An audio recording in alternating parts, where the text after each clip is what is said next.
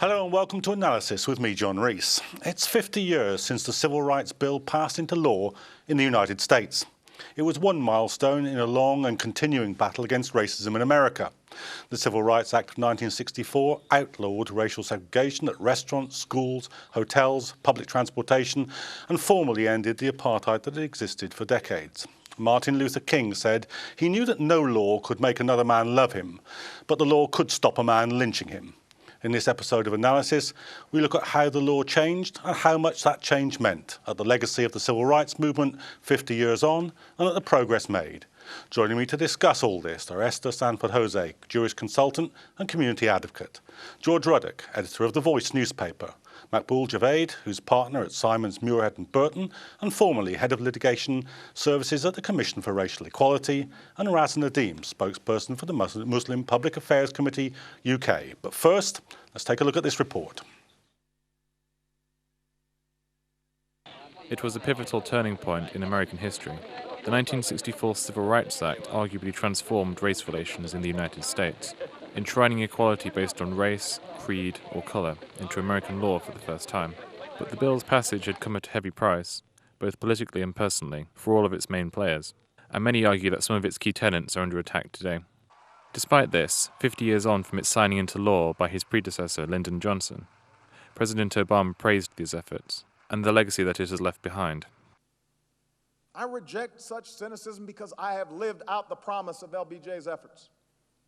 Because Michelle has lived out the legacy of those efforts. Because my daughters have lived out the legacy of those efforts. Because I and millions of my generation were in a position to take the baton that he handed to us. That's what his presidency was for. When Islam Channel spoke to the former civil rights leader, Reverend Jesse Jackson, he said that he felt the act was a great leap forward for his community. Well, it meant ordinary people could begin to run for office, for city council and school boards and state legislatures, and could become mayors, could for the first time be a part of finance committees and appropriation committees. It meant we were beginning to learn the political process. We've been locked out 246 years of legal slavery. Another 100 years of legal apartheid in America, 346 years. So we got free one day, but looked up, was the inequality is 346 years behind. There must be some plan there and in the UK to close that gap. But Lyndon Johnson, by many accounts, did not play a central role in the creation of the act. The civil rights leaders Martin Luther King and Malcolm X being the most public faces of the campaign for black emancipation, though both famously had opposing views on how to reach that goal. And in the short term, the act did little to stem the growing social unrest that swept American cities in the days following the signing and throughout the decade. Yet despite the broad social advances that have occurred due to the act, such as greatly improved employment and access to state facilities for the African American community, racial inequality is still deeply entrenched. With a quarter of African Americans still living in poverty, a 15% unemployment rate, almost a quarter of African Americans going without health insurance, and a higher education rate of just 13%. Many say that with an African American holding the presidency, race is no longer an issue, and that civil rights measures are no longer necessary to ensure equality. In June last year, the Supreme Court voted to strike down a key section of the 1965 Voting Rights Act, which put federal checks against states for all to be discriminating against minorities voting. Many states have brought in stricter checks and voter ID cards, which critics have called a throwback to the pre-civil rights era. You would think there would not be an argument about this anymore. But the stark, simple truth is this. The right to vote is threatened today in a way that it has not been since the Voting Rights Act became law nearly 5 decades ago. Across the country, Republicans have led efforts to pass laws making it harder, not easier, for people to vote. While no one thinks that America will dismantle the Civil Rights Act, half a century on from its signing, its successes and failures are much clearer. Nathaniel Amos Sansom, Islam Channel. Okay, George, tell us what your kind of estimation is about the impact of that act. I mean, there's no doubt about the impact of the civil rights movement, but what narrowly about the act? Well, I mean, I think the most important thing came from the act is just the opportunity that people can take part in voting and so on. I mean, there's things like that. But I think, as quite rightly was said earlier in the piece there, that there is freedom, but equality still inequality still exists there today. Esther, your take on the Act? Well, for me, I think the Act can't just be looked at in isolation. And it's one thing to talk about formal legal equality, but it actually, I think, denies the true history of what civil rights was about. It wasn't just about formal legal equality. It was about equality in practice. And quite clearly, from the statistics that we've also heard about, there has been a degree of change, but it's been largely symbolic. And I think we should be concerned about how long it has taken to even get to any so-called level of parity, and what that reveals about the, I think, bittersweet legacy of civil rights. Would you say that perhaps in recent years the formality has improved, but the actual position of people in society has perhaps in the last 20 years maybe has rolled back? Definitely, definitely. We've seen more right-wing thinking. We've seen a rolling back of some of the gains that were achieved in that era. And we've seen increasing racism stroke fascism, especially in the UK and Europe. And we've seen an increase in so-called aversive or subtle racism, which is very difficult to challenge, because ultimately we're like, okay, well, we're not breaking the law. And that changing of attitudes and the structures of society has not happened. Paul, do you think that we've got Barack Obama, but he's not the only American president who will be speaking at these celebrations at the Lyndon Johnson Library? There's going to be George W. Bush, there's been Jimmy Carter. Do you think the celebration of the Act is masking the contribution of the movement? I mean, I think it is, yes, because the Act only came about because of the sacrifice of thousands, and I think we need to just roll back and look at the situation before the Act came in. Here you had a society which legalized racism, where people were simply treated in the most horrendous manner because of their race. And this was part and accepted. And we all know from the history books of those horrific pictures of black men swinging from ropes and these white men and women having picnics, standing around. And that was accepted. It was the norm that you could treat people in that horrendous way. And therefore, it took the lives of many people to change that attitude. And we can come on to see where we are today. But it was a struggle of the movement of Martin Luther King, of Malcolm X and others, and those who've never been named, who gave their lives so that people could be treated equally and be free. And the Act, as happens in all states, the government is seen as being sort of magnanimous in making this change, but it was a sacrifice of the thousands who got us to the stage where people could actually go along and vote and participate in civil society, which was denied to them. Do you think there's a sense in which the celebration of the Act kind of masks the sort of full depth of the reality here, that there was lynch law in the in the South, that the very civil rights activists were assassinated and got away with it? No, definitely. I think, like Martin Luther King put so eloquently, that the law can make someone not lynch, but they won't love me, but at least they won't lynch me. So they understood that was part of the movement, that they had achieved a milestone of some sort. But they realized, and what I really gathered looking at the civil rights movement, the biggest part of it was that it gave black people an identity where they didn't have an inferiority complex. And that's what I've seen that the leaders of that movement did. They made black people have some self-worth and actually gave them a demand. And that demand was, we want our equality and our freedom. And that actually made people to be able to work towards something. What you had before is a narrative that was out there saying that black people swinging from trees in Africa, that we civilized them, that, the white civilized people, and that, we did you a favor by bringing you over and helped civilize you. And what you had was leaders going out of their way to counter those narratives, and that by giving people a demand of freedom, they were able to achieve, the civil, the people being able to vote. But that was just a part of it, and there was a lot more work that was done before that and after that to ensure that people kept working for a demand, not just for a law. There's more than that. Well, George, I mean, that's an interesting point about the length of the struggle, because I mean, this Act and the Voting Rights Act is what, 10 years of struggle since the Montgomery bus boycott began.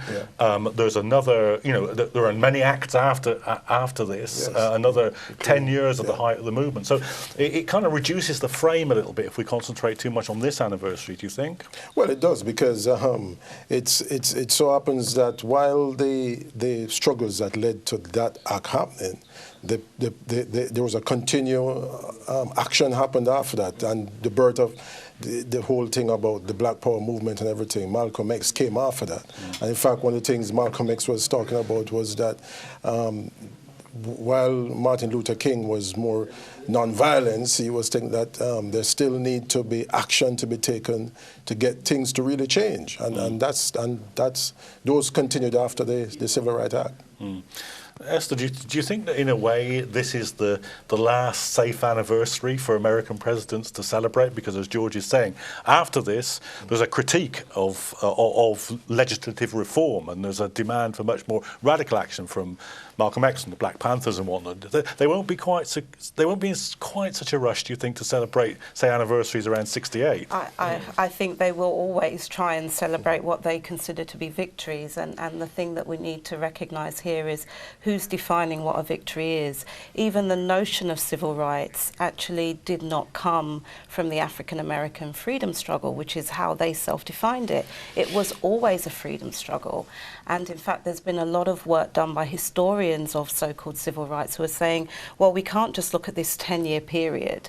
Actually, it began much earlier than that. Some people say in the 1920s and 1930s and so forth, and some would go back further. So in essence, this was an aspect of that history, but it didn't just come from space.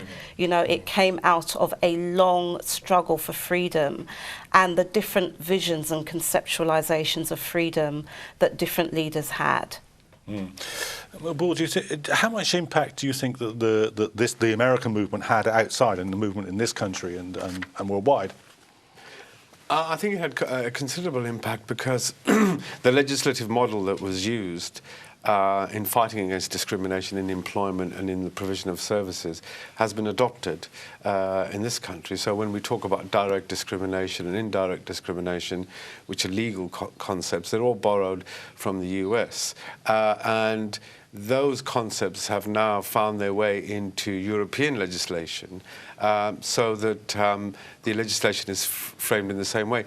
And the sort of mechanisms used in order to measure the existence of racial discrimination has been borrowed from there. The experience, the fact that you can have conscious discrimination, overt racism, and you can have subconscious racism, where people, because of their cultural background, will treat people in a certain way, stereotypical assumptions. Our language has been influenced by the civil rights movement, about the sort of tactics that were used in order to expose the naked racism that was embedded in American society, coming from slavery. And some would say the legacy lives on. It's interesting that while we were discussing, we talked about the Black Panther movement. The individuals involved in the Black Panther movement are still in prison. Some have died. This is the shocking legacy of the kind of United States that exists today, that people, because of their struggle, were targeted, were victimized, were labeled, their families were sort of, traduced, they were kind of put in prison. Many lives were lost as a result, and people had false accusations made against them, simply because they had the temerity to speak against injustice, simply because they were involved in the freedom struggle and wanted change to come about. And it was, you know, and we had Edgar Hoover and the FBI. We know the history of how, you know, allegations were made and people were framed, and they're still in prison. They're still suffering. I mean, certainly the Black Liberation Movement and the Black Panthers had an impact on the Asian community in this country, didn't it? I mean, anybody who was around in the 70s knows that there were groups modelled on that. Of course, yeah, and I think it's what I've seen is everyone talk about that. When you think of the civil rights movement, it was a movement for freedom, and that you understand the demand that people had that was to be treated as equal human beings, and they didn't want to be treated any differently or treated worse, and that's what I think. A lot of people, for me as a Muslim, seeing what's happening around right now with the Muslim community, I really can take inspiration from that movement, that you had people who were willing to speak truth in the face of injustice, and a very clear demand to say that we want our freedom for our people. It's not just about having a law or for you to say that racism is bad or treating people is bad, but it's a change in mindset and giving people a narrative. And I think that was a big thing. Like Stephen Biko, he's a great thinker, where he said the greatest weapon in the hand of the oppressor is the mind of the oppressed. The thing is, that isn't just rhetoric. It's a carefully thought out statement. That's why he said black is beautiful. Why was that so important? It was because black people were taught that you're not beautiful, that you're inferior, that you're nothing but uncivilized people. And I think that's what Asians, and also for me, especially as a Muslim, can take away from that is that for a movement to move forward, for people to have equality and people to have freedom as equal human beings, it's important to have a very succinct narrative and a clear demand. And the demand has to be simply, we want our equality and our freedom.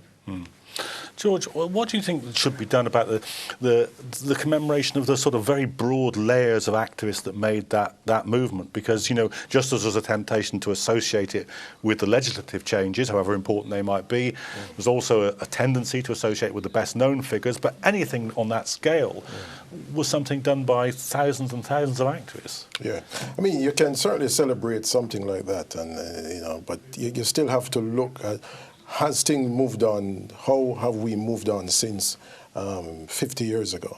And if you look back into American situation, inequality is still there, rampant. I mean, when you look at the black prison population, a huge amount of black people languishing in prison. Over 1 million people is what the statistics show. So those things are still a major issue. I think what needs to look at what has happened after that is how black people were able to get together and bring things like affirmative action. Those are the things that really, to me, speaks heavily about the civil rights movement, the things that came out after it. And how do you feel it affected activists in Britain at the time? I think Britain's situation was different. I mean, in terms of the American situation, I mean, the civil rights movement, I think there's almost something kind of unique about that for America, because black people didn't come here as slaves. You know, the migration really started after the World War II. But in America's situation, they're fighting from slavery days coming right up. So the fight for freedom, as SSA it's a long drawn one. Just to add to that, though, you did have the same thing that black people encountered here was you came across a racist, supremacist ideology, and that was what was faced by black people here too. Like I remember you used to hear these talk about West Indian rape gangs, so it's as if a specific act of crime is only done by West Indians, as you have now they say, Asian grooming gangs. And they still live with that now, and I think that's that black people face that here too. But I think definitely took inspiration from the American civil rights movement to say there's no compromise on this. You know, you can't stick a knife in my back 9 inches, pull out 6 and call it progress, as Malcolm X. And I think that uncompromising stance meant that they would not accept anything less than being treated as equals. Do you think the balance now of the struggle has shifted towards economic questions? Because, you know, there's lots of formal equality before the law, but you know, there's a famous phrase in this country that the law in its majesty allows everybody to equally dine at the Ritz or sleep under Lambeth Bridge. The economic inequality undermines the formal equality, doesn't it? And in fact, that was also part of the struggles in civil rights and the movement and some of the movement leaders. I mean, we talk a lot about this legislative model, but the economic freedom and the economic reconstruction, a wide social reconstruction, were part of the goals of the movement that were not achieved. And today, I think that we have to look at what the civil rights movement and its positive legacy has morphed into. And for me, that is the reparations movement. And I don't just mean in terms of narrow, give us financial compensation. Reparations movement is essentially about structural transformation and repairing the harms of centuries of not only inequality, slavery, colonialism, genocide, and how that's still impacting on communities today and all peoples who are oppressed, not just in America. I think we focus a lot on America, but we can see the parallels here in the UK and other parts of the world. And in a way, just focusing on America sort of denies the fact that there hasn't been, I think, a full-scale dealing with this history or an attempt to examine it. And so it's always easy to point the fingers elsewhere, but there's a lot here that we need to look at. I mean, Paul, in a way, the history is, in the American Civil War, there was greater legal freedom afterwards, but radical Reconstruction, the economic, rolled back. And again, in the civil rights movement, it's a constantly renewed battle, isn't it? No, it is, it is. I mean, I think that, those of us who've got contact with African Americans, are still shocked at the fact that it is one of the most racially segregated societies on the planet. You wouldn't get that when you watch sort of, Disney World and Hollywood and these films. But if you go to South Central LA, if you go to Detroit, if you go to parts of New York, the Bronx, most of the people are African Americans and they're living in abject poverty. And many people, they don't want to talk about that anymore because obviously they want to celebrate the Civil Rights Act. Didn't we do well? We brought equality. But the reality on the ground is that that discrimination is still there. That structural discrimination is still there, and there isn't any access to. I have to stop you there because we're just moving towards the break. But it'll be precisely that issue, the realities today, that we come back to after the break. So do rejoin us for further discussion on the impact of the civil rights legislation 50 years on after the break.